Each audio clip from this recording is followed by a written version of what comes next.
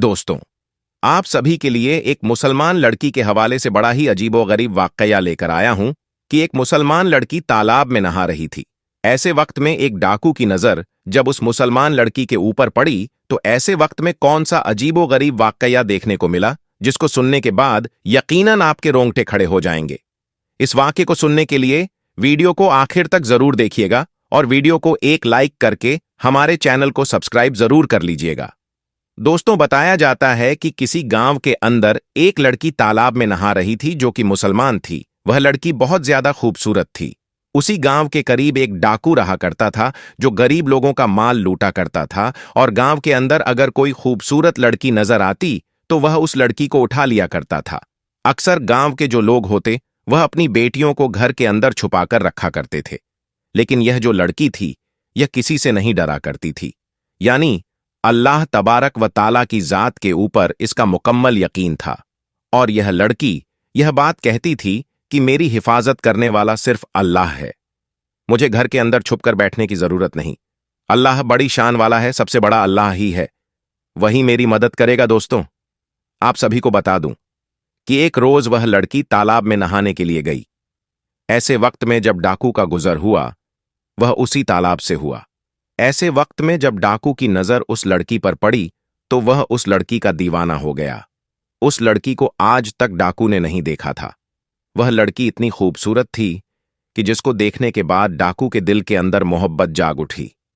अब डाकू किसी भी हालत में लड़की को पाना चाहता था। आपको बता दूं कि डाकू ने अपने साथियों से यह बात कही कि फौरन ही एक खत लिखो और खत लिखने के बाद उस लड़की के बाप के पास भेज दो। दोस्तों, आपको बता दूं कि वह खत लेकर डाकू के जो साथी थे वह फौरन ही उस लड़की के घर पहुंचे और वहां जाकर लड़की के बाप को वह खत दिया। दोस्तों, आपको बता दूं कि लड़की के बाप ने जैसे ही वह खत पढ़ा तो उसके पैरों तले जमीन खिसक गई। यानी कि खत के अंदर यह बात लिखी हुई थी कि मुझे तुम्हारी बेटी बहुत ज्यादा पसंद आई है, मैं तुम्हारी बेटी का दीवाना हो चुका हूं और इसीलिए आज रात तुम अपने घर को छोड़कर कहीं और चले जाओ। मैं आज रात तुम्हारे घर पर आऊंगा और तुम्हारी बेटी के साथ रात गुजारूंगा, यानी कि गुनाह करूंगा। और साथ में यह भी लिखा हुआ था कि अगर तुम छोड़कर नहीं गए तो मैं तुम्हारे खानदान वालों को कत्ल कर दूंगा। प्यारे दोस्तों, बाप ने जब ऐसी बातें सुनी तो उसके आंखों में आंसू आ गए। अब वह यह सोचने लगा कि अब मैं करूं तो क्या करूं। प्यारे दोस्तों, आप सभी को बता दूं कि ऐसे वक्त में उसके दिल में यह बात आई कि हमारे गांव में एक सरदार है, यह हमेशा से हम लोगों की मदद करता रहा है, क्यों ना इस बार जाकर उससे मदद मांगी जाए। दोस्तों, वह फौरन ही यानी उस लड़की का जो बाप था वह गांव के सरदार के पास जाकर अपनी बात रखी। तो ऐसे वक्त में जो गांव का सरदार था वह यह बात कहने लगा कि इस मामले में मैं तुम्हारी जरा भी मदद नहीं कर सकता, क्योंकि वह डाकू बड़ा ही खतरनाक है। अगर मैं तुम्हारी मदद करूंगा तो वह मेरे भी खानदान वालों का कत्ल कर देगा और मेरी भी एक नौजवान बेटी है, अगर उसकी नजर उसके ऊपर पड़ गई तो यकीनन उसको भी नहीं छोड़ेगा। इसलिए मैं हरगिज तुम्हारी इस मामले में मदद नहीं कर सकता, मुझे माफ कर दो। दोस्तों, ऐसे वक्त में जब वह लड़की घर पहुंची तो बाप ने सारा वाकया बताया कि आज तुम्हें दरिया में नहाते हुए डाकू ने देख लिया था और वह अब तुम्हारे साथ रात गुजारना चाहता है। और उसने यह बात भी कही कि अगर हम यह घर छोड़कर आज रात के लिए नहीं गए तो ऐसे में वह हमारे तमाम खानदान वालों का कत्ल कर देगा। दोस्तों, यह बात सुनने के बाद वह जो लड़की थी यह बात कहने लगी कि अब्बा जान, आप यह जान लें कि मैंने हमेशा यह बात कही है कि आपको घबराने की बिल्कुल जरूरत नहीं है। अल्लाह मेरी हिफाजत करने वाला है, अब तक उसने मुझे बचाकर रखा तो आगे भी मुझे बचाकर रखेगा। आप बेफिक्र होकर घर छोड़कर आज रात के लिए न जाइए, यकीनन जो होगा बेहतर ही होगा। अल्लाह जो करता है वह अच्छे के लिए ही करता है।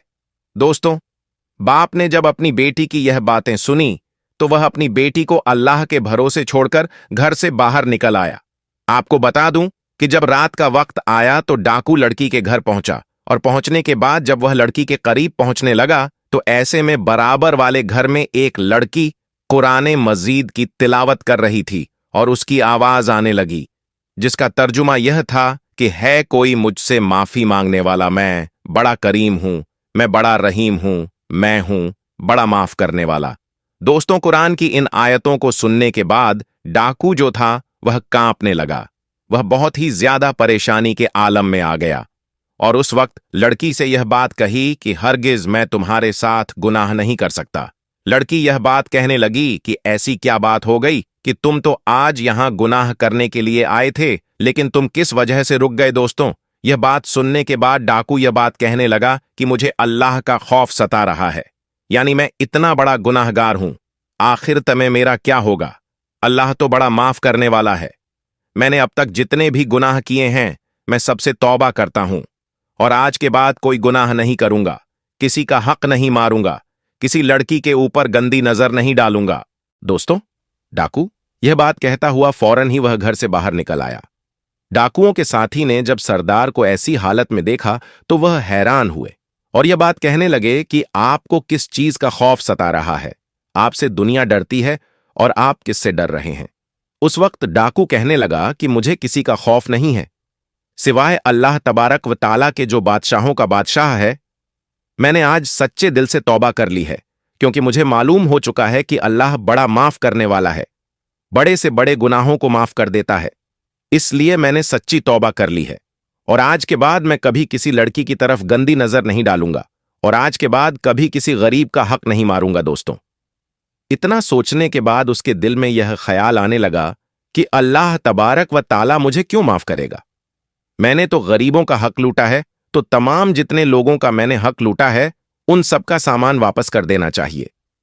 और यह बात सोचते ही सबसे पहले उसके दिल में एक यहूदी ताजिर का ख्याल आया और सबसे पहले उस यहूदी ताजिर के पास पहुंचा। जब यहूदी ताजिर ने डाकू को देखा तो यह बात कहने लगा कि अब यहां पर क्यों आए हो, सब कुछ तो तुम लूट कर लेकर गए हो, अब क्या मुझे भी लूट ले जाओगे। तो उस वक्त डाकू कहने लगा कि हरगिज नहीं, अब मैं तुम्हें लूटने के लिए नहीं आया हूं, बल्कि जो मैं तुम्हारा सामान लूट कर ले गया था वह तमाम सामान वापस लौटाने के लिए आया हूं। मैंने सच्चे दिल से तौबा कर ली है, क्योंकि अल्लाह तबारक व ताला बड़ा करीम है, बड़ा रहीम है, वह सबको माफ करने वाला है। मैंने जो गुनाह किए हैं मैं उस पर शर्मिंदा हूं, इसीलिए तमाम सामान लौटाने के लिए आया हूं। दोस्तों, यह जो यहूदी था वह फौरन ही यह बात कहने लगा कि मैं तुम्हें तभी माफ करूंगा जब तुम मेरी एक बात मानोगे। तो वो डाकू कहने लगा कि हां, मुझे बताओ कि वह कौन सी बात है जिससे तुम मुझे माफ कर सकते हो। दोस्तों, उसके बाद उस यहूदी ने यह बात कही कि सामने जो टोकरी रखी हुई है उसके अंदर सोने की अशर्फियां रखी हुई हैं, वह अशर्फियां लेकर आ जाओ।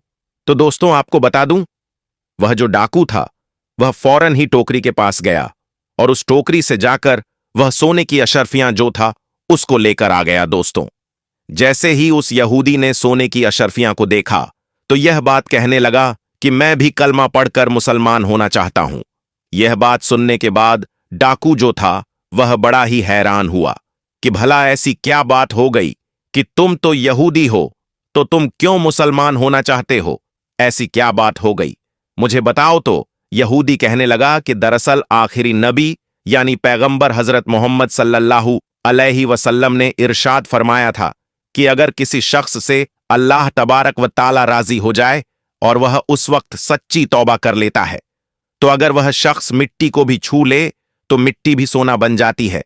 दरअसल जिस टोकरी से तुम्हें सोने की अशर्फी लाने के लिए कहा था, उस टोकरी के अंदर एक भी अशर्फियां नहीं थीं।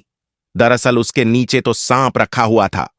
मैं यह जानना चाहता था कि अगर तुम्हारी तौबा कबूल हो चुकी है तो वह जो सांप है वह सोने की अशर्फियों में तब्दील हो जाएगा, और अगर तुम्हारी तौबा कबूल नहीं हुई है तो ऐसे वक्त में वह सांप तुम्हें डस लेगा। लेकिन प्यारे आका हजरत मोहम्मद सल्लल्लाहु अलैहि वसल्लम की बात बिल्कुल सही साबित हुई, यानी कि तुम यकीन के साथ उस टोकरी को उठाने के लिए गए थे कि उसके अंदर अशर्फी है, और अल्लाह तबारक व ताला ने तुम्हारी तौबा को कबूल कर लिया था, और अल्लाह नहीं चाहता था कि किसी भी तरीके से तुम्हें वह सांप नुकसान पहुंचाए। तो उस वक्त वह सांप सोने की अशर्फियों में तब्दील हो गया। असल में उस टोकरी के नीचे तो कोई भी अशर्फी नहीं रखी हुई थी। इस चीज से अंदाजा हो गया कि अल्लाह तबारक व ताला ने तुम्हारे सारे गुनाहों को माफ कर दिया है, तुम्हारी तौबा को कबूल कर लिया है, और इसलिए मैं इस्लाम कबूल करना चाहता हूं। तो दोस्तों, इस तरीके से एक यहूदी ने इस्लाम कबूल कर लिया। दोस्तों, जो सच्चे दिल से तौबा कर लेता है तो अल्लाह तबारक व ताला उसकी तौबा को जरूर कबूल करता है और इसी तरीके से उसे माफ कर देता है। ऐ लोगों, अपने रब से डरो जिसने तुम्हें एक जान से पैदा किया और उसी से उसका जोड़ा पैदा करके उन दोनों से मर्द और औरतें फैला दी। और अल्लाह से डरो जिसके वास्ते से तुम आपस में सवाल करते हो और रिश्ते तोड़ने से डरो। बेशक अल्लाह तुम पर निगाहबान है। दोस्तों, हजरत अब्दुल्लाह बिन सलाम रजी अल्लाह ताला अन्हु बयान करते हैं, रसूल अल्लाह सल्लल्लाहु अलैहि वसल्लम ने फरमाया, बेहतरी औरत यानी बेहतरीन बीवी वह है कि जब तुम उसकी तरफ देखो तो वह तुम्हें खुश कर दे, जब तुम उसे किसी काम का हुक्म दो तो वह तुम्हारी इताअत करे और तुम्हारी अदम मौजूदगी में तुम्हारे माल और अपनी इज्जत की हिफाजत करे। दोस्तों, अल्लाह ताला ने बेटी को रहमत बनाया है, क्योंकि जब अल्लाह ताला बहुत ज्यादा खुश होता है तो वह अपने महबूब बंदों को बेटियों से नवाजता है। इसीलिए इस्लाम में औरत का मर्तबा इतना बड़ा है कि अल्लाह ताला ने एक मां के कदमों के नीचे जन्नत रखी है और इस्लाम ने औरत को वह हक दिए जो दुनिया में और किसी मजहब ने उसे इतने हक नहीं दिए। दोस्तों, कोई शख्स को मनहूस नहीं होता, बल्कि उसके किए हुए गुनाहों की वजह से उस पर नहुस्तें आती है, मुसीबतें आती हैं, मनहूसियत छा जाती है। दोस्तों, औरत का तो दुनिया में पहला रूप ही रहमत है। बेटी बनकर पूरे खानदान के दिलों पर राज करती है, बहन बनकर भाई का सच्चा दोस्त और मां का बाजू बन जाती है, और जब बीवी बनती है तो हमेशा साथ निभाने वाली हर दुख और सुख में साथी बन जाती है, और जब मां बनती है तो अल्लाह उस औरत का मुकाम इतना बढ़ा देता है कि जन्नत को उठाकर उसके कदमों में रख देता है। हजरत इमाम अली रजी अल्लाह ताला अन्हु ने फरमाया कि मर्द की मर्दानगी की सबसे अजीम सतह यह है कि मर्द की वजह से कभी किसी औरत की आंखों में कोई आंसू ना आए। दोस्तों, हमारे मजहब इस्लाम ने औरत को वह मुकाम और मर्तबा अता किया है जो किसी दूसरे मजहब ने औरत को नहीं दिया। हमारे मजहब इस्लाम ने मर्द को औरत का मुहाफिज करार दिया है और यह हमारा ही मजहब इस्लाम है जिसने रिश्तों की पहचान कराई।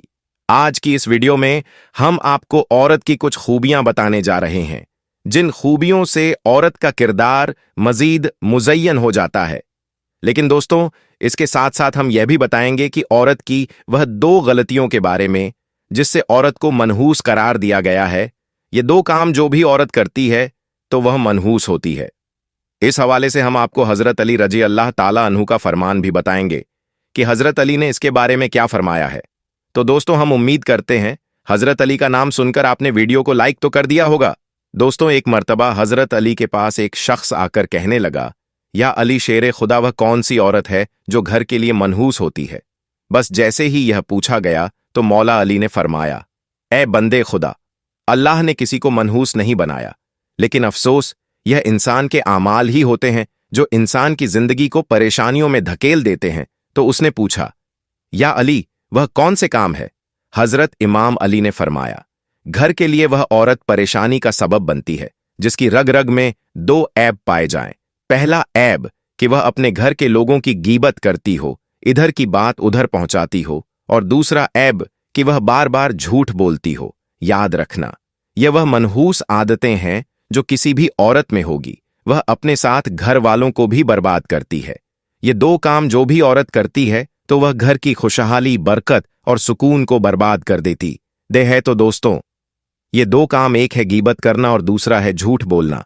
ये दो काम औरतों को नहीं करने चाहिए।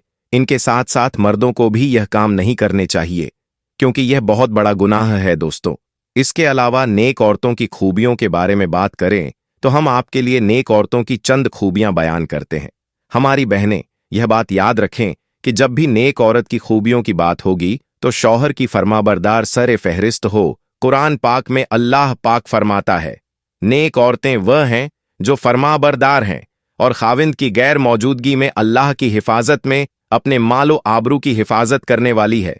प्यारे नबी सल्लल्लाहु अलैहि वसल्लम से पूछा गया, सबसे बेहतरीन औरत कौन सी है? तो आपने फरमाया, वह औरत कि जब शौहर उसे देखे तो वह उसे खुश कर दे, और जब शौहर उसे हुक्म दे तो उसकी इताअत करे, और अपने जानो माल में शौहर का नापसंदीदा काम ना करे और उसकी मुखालफत ना करे। औरत की मोहब्बत में सबसे ज्यादा हकदार उसका शौहर है। इसका अंदाजा इस बात से बखूबी लगाया जा सकता है कि नमाज इबादत की निहायत ही आला किस्म है और सजदा उसकी छोटी है, लेकिन शरीयत ने शौहर का मकाम और मर्तबा वाज करने के लिए इतनी ऊंची मिसाल बयान की है कि हजरत अब्बू हुरैरा से रिवायत है, रसूल अल्लाह सल्लल्लाहु अलैहि वसल्लम ने इरशाद फरमाया, अगर मैं अल्लाह के सिवा किसी को सजदा करने का हुक्म देता तो मैं बीवी को हुक्म देता कि वह अपने शौहर को सजदा करे। फिर आप सल्लल्लाहु अलैहि वसल्लम ने फरमाया, उस जात की कसम जिसके कब्जे में मैं मोहम्मद की जान है, औरत अपने परवरदिगार का हक अदा नहीं कर सकती जब तक कि वह अपने शौहर का हक अदा ना करे, हत्ता कि जब शौहर उसे बुलाए और वह अगर सवारी पर हो तब भी अपने आप को ना रोके, शौहर के पास जाए। सही हदीस में है कि जिस शौहर को अपनी बीवी से तकलीफ पहुंचती है तो जन्नत की हूरें उसकी बीवी को बद्दुआ देती है। दोस्तों, नेक औरत की एक बड़ी खूबी यह भी है कि सत्र हिजाब की मुकम्मल पाबंदी करने वाली हो। मुसलमान औरतों के लिए पर्दा इस्लाम के खुसूसियत और इसके महास में से है। पर्दे में औरत की इज्जत की हिफाजत है। पर्दा इस्लाम में औरतों को बेशकीमती करार दिया है, इसीलिए इसकी हिफाजत और का खुसूसी एहतमाम किया गया है। जमाना जाहिल में पर्दे का कोई रिवाज नहीं था। पर्दा सिर्फ और सिर्फ इस्लामी हुक्म है। यहां पर हम अपने बहनों को यह बात बताते चले कि शौहर की इताअत कितनी अहम है। कुरान और हदीस में इसकी ताकीद इस तरह से आई है कि जो काम करो उसमें अपने शौहर की इजाजत हासिल करो। चंद हदीस आपके लिए अर्ज करता हूं। नबी करीम सल्लल्लाहु अलैहि वसल्लम फरमाते हैं कि कोई औरत अपने शौहर की मौजूदगी में उसकी इजाजत के बगैर नफली रोजा भी ना रखे। इसी तरह औरतों के लिए हुक्म है कि शौहर की इजाजत के बगैर किसी को घर में दाखिल ना होने दे, क्योंकि वह हुजूर पाक सल्लल्लाहु अलैहि वसल्लम का इरशाद है, जब भी कोई अजनबी मर्द किसी गैर औरत के साथ तन्हाई में होता है तो इसमें तीसरा शैतान होता है। इसी तरह एक मुसलमान मर्द को भी चाहिए कि किसी गैर औरत या अजनबी औरत के पास उसके शौहर की गैर मौजूदगी में ना जाए। नबी करीम सल्लल्लाहु अलैहि वसल्लम का इरशाद है, कोई मर्द किसी अजनबी औरत के साथ बगैर महरम के तन्हाई में ना बैठे। दोस्तों, औरत की आवाज भी पर्दा है। वह अजनबी मर्द से इन शर्तों के साथ बात कर सकती है। पहली शर्त यह है कि आवाज में लचक, शेरनी और मिठास ना हो। दूसरी शर्त, सिर्फ बाकदर जरूरत बात करे, जितनी जरूरत हो उतनी बात करें। तीसरी शर्त, पर्दे की ओट से बात करें। इसी तरह शौहर को भी चाहिए कि किसी गैर महरम से बात ना करें, किसी गैर औरत से बिला वजह बात ना करें। अल्लाह पाक तमाम बहनों के घरों को आबाद करें। अल्लाह पाक उनके शौहर को नेक और फरमाबरदार बनाए। आमीन। तो दोस्तों, आज की इस वीडियो में बस इतना ही। वीडियो को लाइक करें और अपने दोस्तों में भी शेयर करें और हमारे चैनल को सब्सक्राइब करके घंटा जरूर दबा दें। अस्सलामु अलैकुम।